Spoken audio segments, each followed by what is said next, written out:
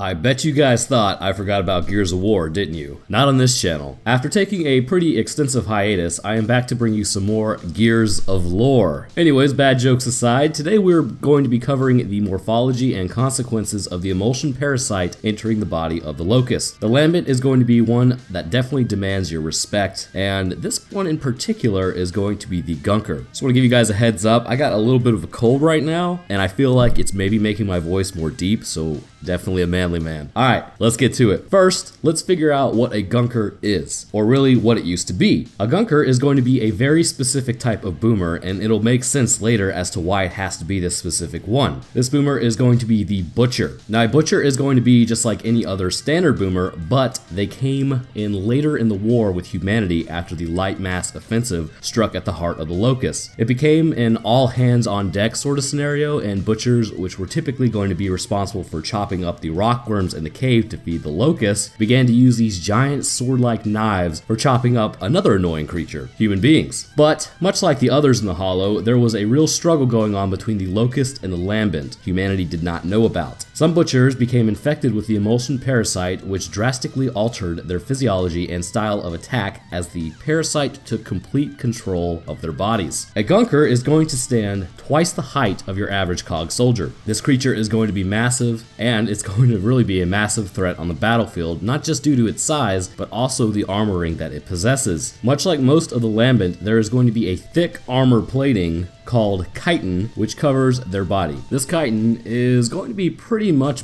bullet immune, so shooting at it is like throwing a pebble against a car. You might leave a dent, but you really aren't going to do much damage. The only real area that you can actually damage this creature is going to be its glowing abdomen. Laying down fire in the area will break through the weak point eventually and kill the creature. And I stress eventually, as the Gunker is still exceedingly difficult to bring down, even if you're shooting it in the weak spot. I imagine that there is still some sort of toughened skin in that area, and I also imagine that due to the accumulation of emulsion in that area, it needs to be more flexible than, say, like the rest of the body. So that's why I imagine it is a weak point there, but I don't think the emulsion is stupid. I think that they will still definitely have some sort of armor there. We're sort of like thick leather versus metal plating, you know? So, anyways, the overall morphology of the creature is pretty interesting to look at. The face has almost all but disappeared, with almost indistinguishable characteristics remaining. There are going to be two glowing eyes where they should be, but then there are chitinous tentacles that surround the head of the creature, as well as having forced their way out through the mouth, making the jaw look like it's stuck in a permanent screaming position, which I imagine it probably was. The shoulders have been expanded and enlarged to support the new functions of the arms. First, though, it looks like the connective tissue has strengthened the shoulders, as well as many branches connecting the remaining pectoral muscle to the anterior deltoid region. So let's get to the arms, as these are going to be designed for their offensive capabilities. The first arm to connect what I said earlier about the thing really,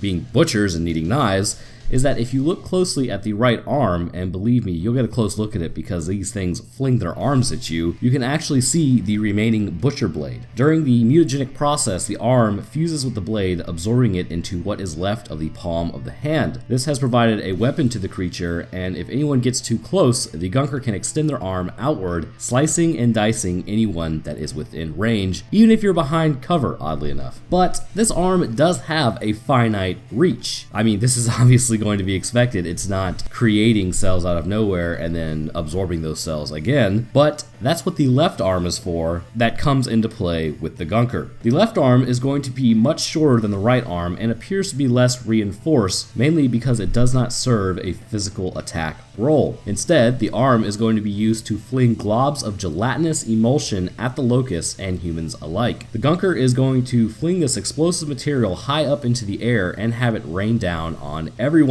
It is a perfect counter to their other weakness. The creature is not very fast and will typically kind of just lumber along. If a person gets too close, the Gunker will have its bladed arm to take that person out. If a person runs away from the Gunker and is outside the range of the attack arm, then the Gunker can throw Emulsion at them, causing heavy damage. Even if the person were to seek cover behind an object, the fact is the Emulsion is almost pop-flied into the air, which means that it's going to hit on an arc. So it will land behind whatever you are currently hiding behind and cause damage that will probably knock you down, especially if you're not playing on anything else but casual. The abdomen of the creature, as touched on earlier, is going to be a weak point and is swollen with Emulsion. The Emulsion is quite volatile and presumably feeds the left arm the ability to throw these Emulsion bombs. This morphologically makes sense, as why the Emulsion would pull here is because boomers are going to be heavier creatures with very large stomachs, pretty much perfect for housing parasites. The legs do not appear to have been largely changed. They still exist in their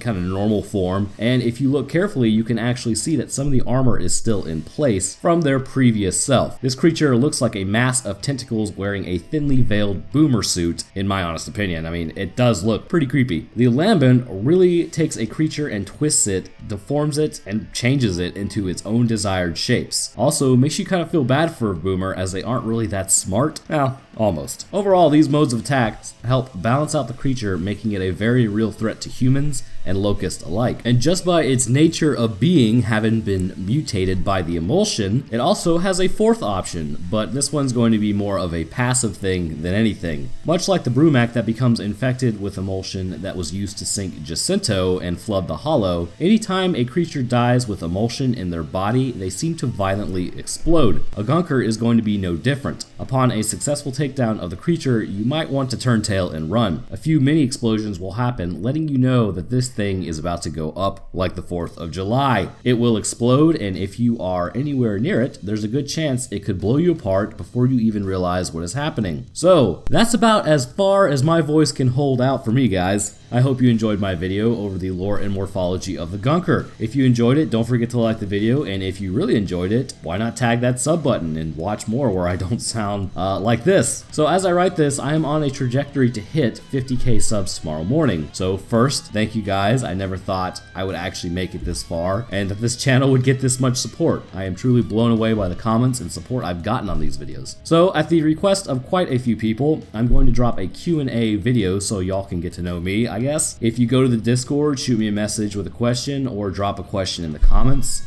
Also, I'm on Twitter. Hit me up there. It's like at Roanoke Gaming, except Roanoke is with 2 N's. I won't be able to get all of your questions, but I will try to answer as many as I possibly can. So drop something like, do I expect this video to come out? Why is my name Roanoke? Why do I keep dodging 40k lore? You know, things like that. I know I have never suffered from Ligma, Sugma, Suggandese, any of that. The lore is too expansive to cover on especially the Suggandese tribe. Anyhow, as always, I would like to thank my patrons. At the scientist tier, we have 3 now. Absolutely crazy. Layla Alizarin is still holding it down, and then we got your boy Master BC, and then the new guy, Fritz. Thank you for joining the scientist tier, bro. Then at the resident tier, we've got G. Anderson, John Russo, and Richard Muhlenberg. Now we have a person with their PhD in genetics, Divine Whisper. Appreciate you jumping on board, man. Next up, with their masters in biology, we have Adam Hartswick, Brian H. Briggs, Ryan Garnham, Cameron Smith, and Andrew Lawson. Finally, with their bachelors in morphological sciences, we've got Eric Scott Gillies, Dustin Ellis, A Big Fat Snake, Natsuki Chiaki, I hope I pronounced your name correctly, bro, Joseph Radical, and if it's not Radical, it should be, and Ahigo Comics.